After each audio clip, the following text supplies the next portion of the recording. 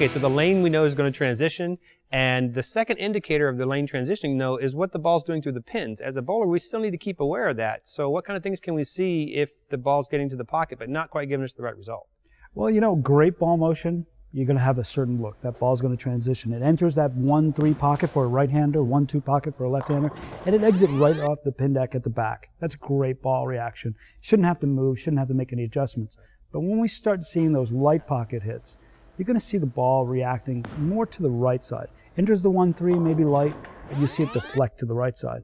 Those is where the clues of the light pocket, the 10-pin, the 2-pin, the 2-4-5, the bucket, those primary leaves that, you know, we take, you know, some thought into, do I make an adjustment? Do I throw it better? It's time. The lane is transitioning, it's time. So those light pocket hits where the ball goes a little bit too far to the right for that right-handed player are going to indicate there's time to make an adjustment. What if the ball's going to go the other direction, though? What if it's going to go too heavy?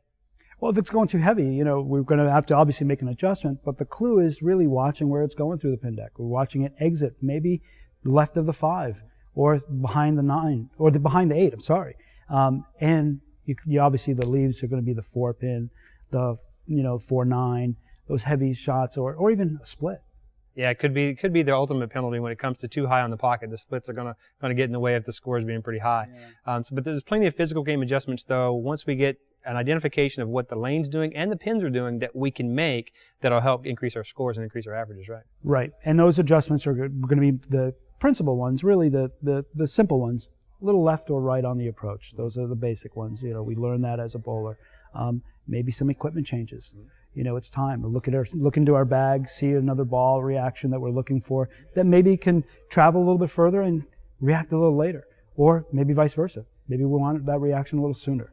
We're always looking for something to interact with that lane energy. That's changing.